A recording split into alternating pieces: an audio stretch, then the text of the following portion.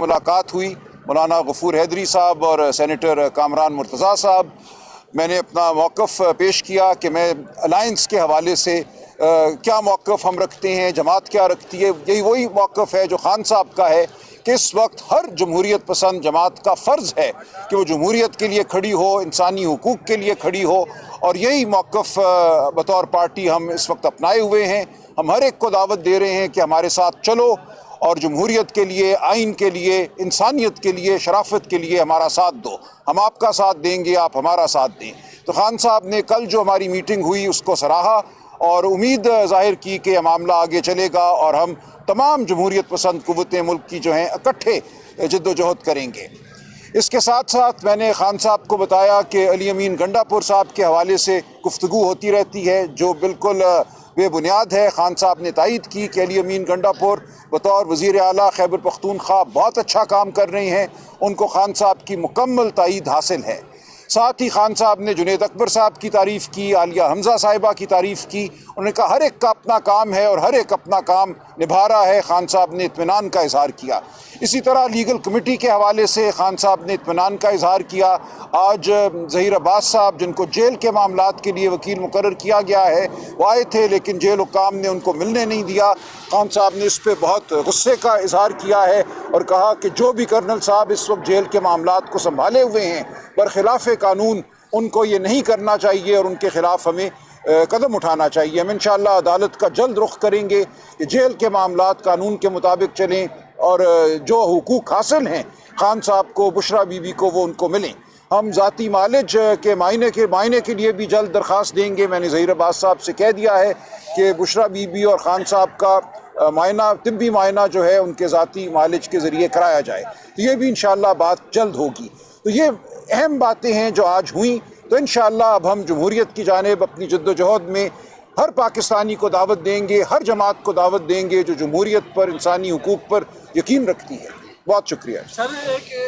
आज एक अहम वाक़या भी हुआ है कि जब फैमिली की मुलाकात ख़त्म हुई तो उस मुलाकात के बाद अलीमा खान साहिबा ने कुछ वकला पर कहा है कि आपको मुलाकात के लिए यहाँ पर नहीं आना चाहिए, आपने हमारे भाई के खिलाफ क्या किया, कोई ऐसी बात अडियाला। मैं नहीं जानता इस बारे में, देखिए मैं इस बारे में कोई इल्म नहीं रखता, तो मुझसे सवाल ना करें। आज जो बातें खान साहब से हुई, सबसे पहली बात हुई खान साहब को जेल के अंदर जिस तरीके से चीज़ें फेस कर रहे हैं। वो कहते हैं कि मुझे अपनी बुक्स या मेरे तक जो चीज़ें वो नहीं पहुंच रही, और ख़ुसूसन जो मियाँ बीवी के दरमियान मुलाकात है बीबी और इमरान खान की, उसके बारे में इमरान खान ने बहुत बड़ा कंसर्न शोर किया कि अकॉर्डिंग टू लॉ 90 डेज़ के अंदर 72 आवर्स मियाँ बीवी, क्योंकि वो मियाँ बीवी हैं, उनकी मुलाकात आपस में करानी है, जो कि जेल में नहीं कराई जा रही, और उनको 2-3 दफ़ा मुलाकात करवाने का उनको रिफ्यूज़ किया गया।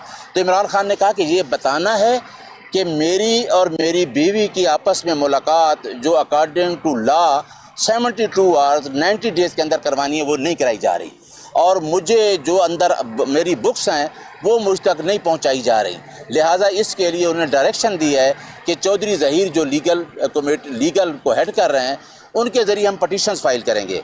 अगली नेक्स्ट जो बात थी उनकी वो ये थी कि KPK के अंदर मैंने बताया कि हमें जो हमारी 1 साल की कारकर्दगी है वो हमें पब्लिश करनी चाहिए। तो इमरान खान ने कहा कि वाकया हमने KPK का जो हमारा ट्रस्ट था, जो हमारा 1 साल की कारकर्दगी थी, वो रिपोर्ट छपी है, और हमारी रिपोर्ट पंजाब से कई गुना आगे है KPK की रिपोर्ट जो आई है। बाकी हमारी पार्टी के बारे में बातें हुई, पार्टी के जो अंदर जो हमारे मामलात हैं उसके बारे में बातें हुई। तो खान साहब ने सेटिस्फेक्शन का इजहार किया और कहा कि मेरी जो लीगल टीम है इसमें खान साहब को मैंने मशवरा दिया कि आपकी लीगल टीम में उज़ैर भंडारी साहब और समीर खोसा साहब, इनका भी इजाफ़ा किया जाए। तो उन्होंने कहा कि बिल्कुल उज़ैर भंडारी और समीर खोसा भी इस टीम में शामिल करें, और ख़ुसूसन हामिद खान और काजी अनवर साहब का बहुत ज़िक्र किया कि क्योंकि आपको पता है कि 26 अमेंडमेंट के ख़िलाफ़ हम निकलने लगे हैं। हमारे जो वकला की तंजीमें हैं, लाहौर में हमने डिस्ट्रिक्ट बार का इलेक्शन जीता, हाई कोर्ट का जीता, और अल्हम्दुलिल्लाह इस्लामाबाद बार का इलेक्शन जीता और पिंडी बार का जीता। लिहाजा ये जो 26 अमेंडमेंट है जिसके लिए मैं अदलिया को पैगाम देना चाहता हूँ कि यही वो अदलिया है जब हम एक अदलिया की तहरीक में सारे लोग इकट्ठे थे।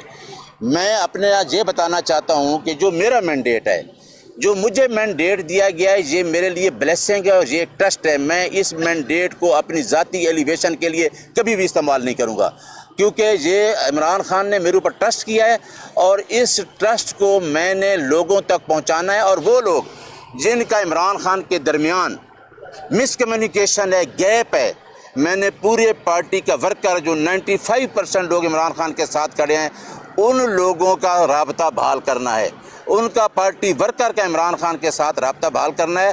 اور انشاءاللہ ہمارا جو مشن ہے، خاص کر جو وکلاء کا مشن ہے، وہ ہے 26ویں آئینی ترمیم جس طریقے سے کی گئی، جس طریقے سے فارم 47 کی حکومت بنی اور انہوں نے یہ امینڈمنٹ لائے، اور اس میں سب سے زیادہ جو 173 جس میں ہم کہتے ہیں کہ آزاد عدلیہ، کیونکہ یہ ترمیم جو ہے لوگ نہیں سمجھ رہے، یہ بیسک سٹرکچر کے خلاف ہے، یہ بنیادی آئین کے بنیادی ڈھانچے کے خلاف ہے.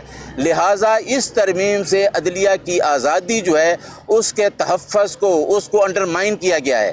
اس میں لکھا تھا کہ 14 سال کے اندر عدلیہ کو ایگزیکٹو سے سیپریٹ کیا جائے گا، لیکن اب آپ نے ایسا جوڈیشل کمیشن بنایا جس میں تمام لوگ ایگزیکٹو کے بیٹھے ہیں اور ان ایگزیکٹو کے لوگوں کی وجہ سے اپائنٹمنٹ ہو رہی ہے جوڈیشری میں.